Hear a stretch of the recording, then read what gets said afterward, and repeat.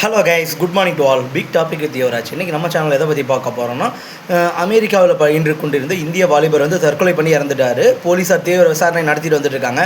அந்த விஷயத்தை பற்றி நம்ம சேனல் டீட்டெயிலாக டிஸ்கஸ் பண்ணுவோம். அவருடைய உடலை இந்தியாவுக்கு கொண்டு வரதுக்கோசரம் கிட்டத்தட்ட பார்த்தீங்கன்னா 56.90 லட்சம் நிதி திரண்டிருக்கிறதா இதுவரைக்கும் நம்மளுக்கு தகவல் கிடச்சிருக்கு. விஷயம் டீட்டெயிலாக பார்ப்போம்.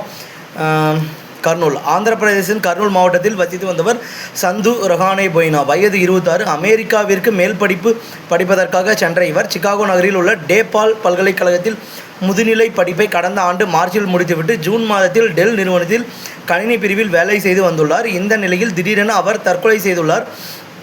பண நெருக்கடி காரணம் என கூறப்படுகிறது. இது பற்றி அவருடைய நண்பர் ராஜேஷ் குர்ராம் நிதி திரட்டுவதற்காக வெளியிட்ட செய்தியில், பல சர்வதேச மாணவர்களை போன்று நம்பிக்கை மற்றும் நோக்கம் ஆகியவற்றுடன் பெரிய கனவுகளுடன் அமெரிக்காவுக்கு வந்து சேர்ந்தவர் சந்து. அற்புத மனிதர், பெருந்தன்மையாக பழகுவதற்கு இனிமையான மற்றும் நண்பர்களுக்கும் இளைய சகோதரருக்கும் ஆதரவாக இருந்தவர். ஆனால் பெரிய அளவில் தாங்க முடியாத சவால்களை எதிர்கொண்டார் என தகவல் பகிர்ந்துள்ளார்.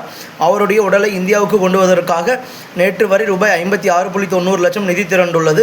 சந்துவின் மரணத்திற்கு காரணம் பற்றி உள்ளூர் போலீசார் தீவிர விசாரணை செய்து வருகின்றனர். என்ன விஷயமா இருக்க போதுன்னா, கிட்டத்தட்ட ஓவரால் ப்ரெஷர் ஹேண்டில் பண்ணியிருப்பாருன்னு நினைக்கிறேன். அதெல்லாம் ஹேண்டில் பண்ண முடியாமல் தான் தற்கொலை பண்ணுறதுக்கான வாய்ப்புகள் இருக்கிறதா நான் நினச்சிருக்கேன்.